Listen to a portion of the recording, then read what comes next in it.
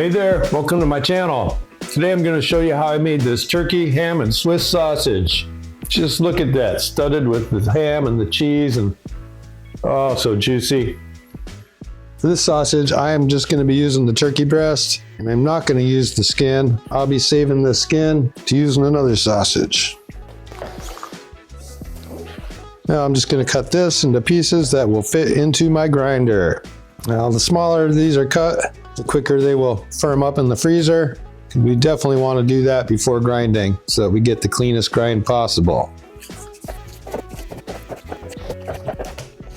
All right, get out some pork fat. Like I said, I'm going to use this turkey skin as the fat component in another sausage, but I will be using pork fat in this sausage. Spices for my turkey, ham, and Swiss are going to be pretty simple. First thing, I'm going to take some black peppercorns and some coriander. Going to weigh these up, and I'm going to put them in a frying pan and just toast them off a little bit. Next, I'm going to weigh up my salt. Very crucial ingredient for making sausage. It's going to help extract the protein when we start mixing. I'll be using some Cure number 1. I'm using Cure number 1 because I will be smoking these sausages. If you want to cook yours in another way, if you don't want to smoke yours, by all means leave out the Cure number 1. Just add a little extra salt in place of it. Now I'm going in with some white pepper. If I had whole peppercorns, I would toast them off too, but this is what I have today, so this is what I'm using. Finally, I'll be adding some ground mustard. Once those spices start releasing their oils, I'm just going to grind them up. I'll add those in. And that is my spices for this sausage. I will be using a binder today. For my binder, I'm using non-fat dry milk. You could use potato starch, or really there's many other binders out there. Use whatever you prefer to use as a binder. This is kind of my favorite go-to. Let's keep moving along to the next step. I'm using turkey breasts and pork back fat for this. Had this in the freezer. You can see it's partially frozen. Pork fat's also been frozen. It's really cold too. Kind of want to feed the fat and the turkey. You know, I want them to be fed pretty evenly here.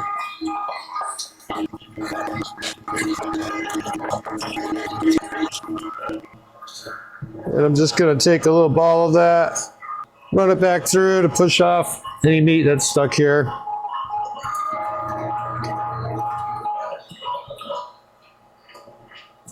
Looking really good. Gonna put this in the refrigerator while I wash off my grinder parts, and I will be right back. I like to use my cotton liners underneath my gloves. It keeps my hands from freezing, and it keeps my hands from warming up the fat, potentially smearing it. Gonna add my salt, spices, seasonings, all that stuff. Gonna add my binder. In this case is the non-fat dry milk powder. And I'm going to go with my cold liquid. You could use cold water. I'm using turkey stock because I made some out of all the bones left over from this turkey. Now we're just going to fold that all in and start mixing it. So for me, mixing is kind of like folding it over, beating it, mixing it, kind of squeezing it between your hands, just really working that protein. Extract the myosin and actin proteins. All right, we're getting sticky. It's getting a little furry looking. I can feel it tugging on my gloves. It's sticking to my hand pretty well, but I can still shake it off, barely. So it's time to add my ham. This was in the freezer. It's kind of stuck to the bowl. There we go. So when I butcher this pig, I like to leave a little extra meat on the shanks. And so that's what this is. But you can use whatever ham you want. Just think on the shanks, it's a little skinnier. It gets even smokier. I think it's even yummier than the actual leg meat. Now I'm also going to add my Swiss cheese. This is just regular old Swiss cheese. Add it in the freezer. Keep it cold. It's not high temp cheese or any of that fancy stuff. Not always necessary. Just going to want to be careful when cooking it that it cooks slowly. Because if the cheese does fat out a little bit into the sausage, that grease can get between the casing and the meat, which will keep it from really binding, and that'll keep us from getting a good snap. And that would suck. So We just need to cook it slowly, give it time. Don't let it get too hot at any time, and we'll be just golden. Now, if you have high temp cheese and you want to use it, go right ahead. That won't be a problem, but it's not always necessary. All right, we're really getting there. This is getting super sticky. It's really coming together. Until I can take a big handful of it, and it sticks on my hand. My gloves are being pulled off. This is definitely ready for the stuffer. So I like to just take handfuls at a time, and I just like to push out the air as I load my stuffer so that we can minimize any air pockets in the sausage. Not quite gonna get it all in one batch. That's okay. Time to case the sausages. So first thing I always do, get a little water, lube up my horn. Then I like to find the end of my casing. I'm using 29 32 millimeters today. And I like to take my fingers, stick them right in the hole, and dip it in the water to get some water on the inside. So with the inside of the casing lubed up and the horn lubed up, everything will slide really nicely. Jeez, see how long this thing is? That's one of the longest ones I've ever seen. And yeah, that's what she said. Now I'm just gonna squeeze the meat till it comes out the end, and then I'll pull my casing over it, make a quick knot, poke a hole or two. That gives the air somewhere to go. Then I'm just gonna start casing these.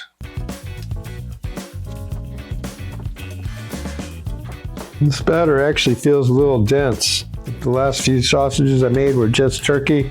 That pork fat definitely makes a big difference on the texture. I know these are going to be juicy sausages.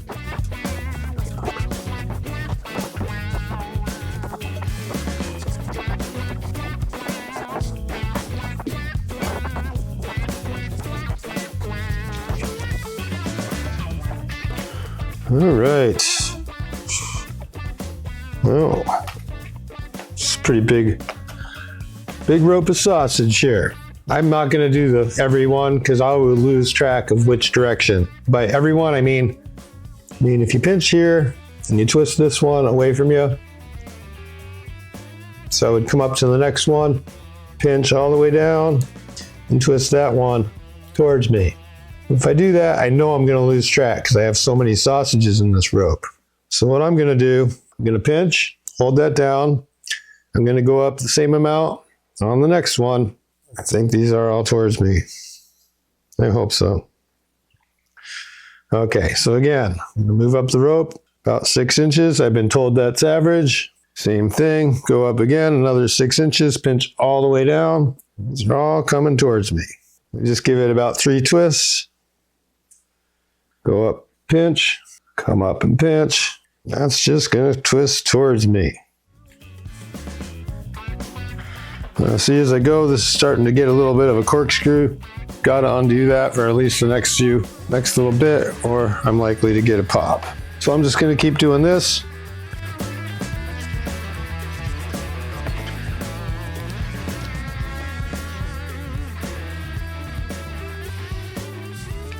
Pretty decent stack of wieners here. No blowouts, so feeling pretty good. Now I just kind of look over it for air pockets, poke them out if you see any. Otherwise, I am going to choose to just put a few holes in every leg. I find it's a little extra insurance to make sure your casing sticks. Because if you get any water or fat coming out of the meat, if that pools up between the meat and the casing, it can affect your bind, which will definitely affect your snap. And we all want a snappy sausage. That's a mess.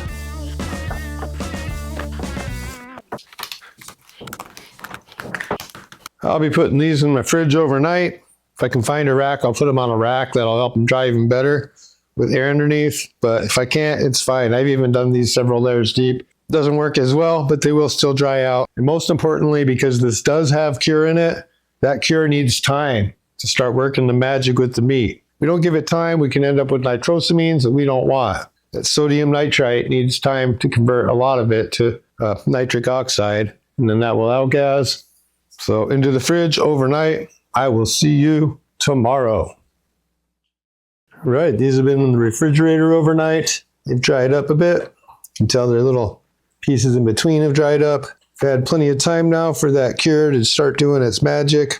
Definitely a little darker in color. My original plan was to cook these in the smoker, but as I'm thinking about it, the ham I used is really smoky, and I want to get those extra smoky accents. And I think if I cook these on the smoker, the whole sausage will become pretty smoky.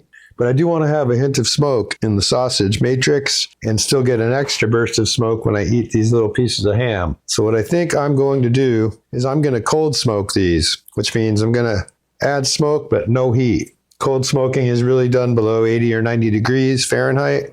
I know some people refer to cooking them at 150 degrees as cold smoking. That's not really cold smoking. Still want to use the cure number one if you're going to cook them in a smoker at 150 degrees because they will be out of the safety zone for extended period of time.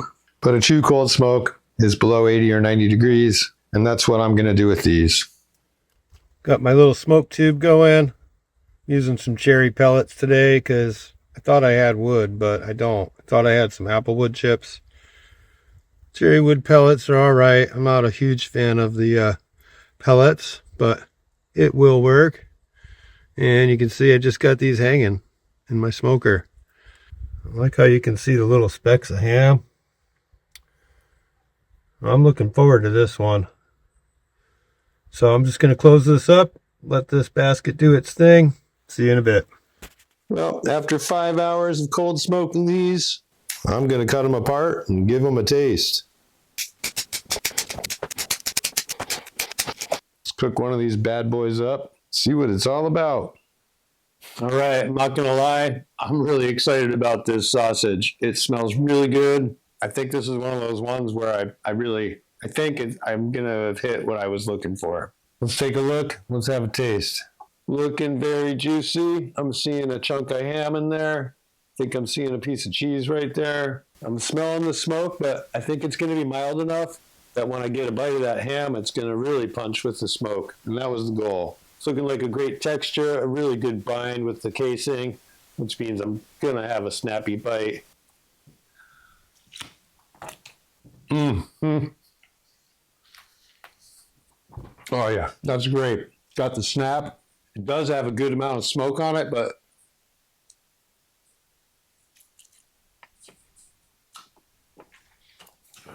it's got a perfect kiss of smoke. When you get a piece of that ham, it does still punch you. So that's exactly why I didn't want to cook it in the smoke, because I thought it would make the whole sausage not bad, but I just thought it would take away from that ham smoke.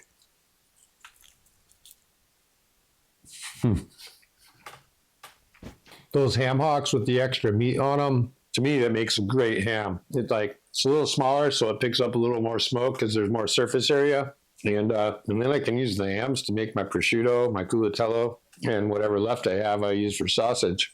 Because honestly, I love prosciutto, but I'm not a huge fan of the ham. But I do like it, so the ham hocks give me just the right amount of ham. Not hocks, I keep saying ham hocks, they're really the shanks.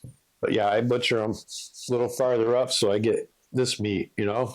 This sausage is what I was shooting for. It's got a great texture, it's got a great bind, it's got a great snap. I mean, I don't want to say it's perfect because I don't want to blow too much smoke up my own ass, but man, that flavor is perfect. It's what I was going for. The spices barely accent it, you know. They're just kind of in the background. They're supporting characters to the rest of the sausage. It's like a turkey ham Swiss sandwich, but in a sausage. Just the right amount of smoke. I really like cold smoking sausage. It's different than cooking it in smoke. I really like that too, but this is like more, I think it's just a little more refined, a little more delicate. But like I said, when you get a bite of the ham, you really get the smoke, which is exactly what I was going for. Super happy with this sausage.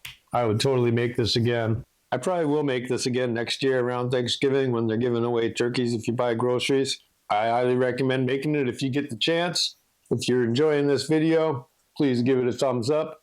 If you're still watching this video at this point, you should definitely subscribe to my channel if you're not already.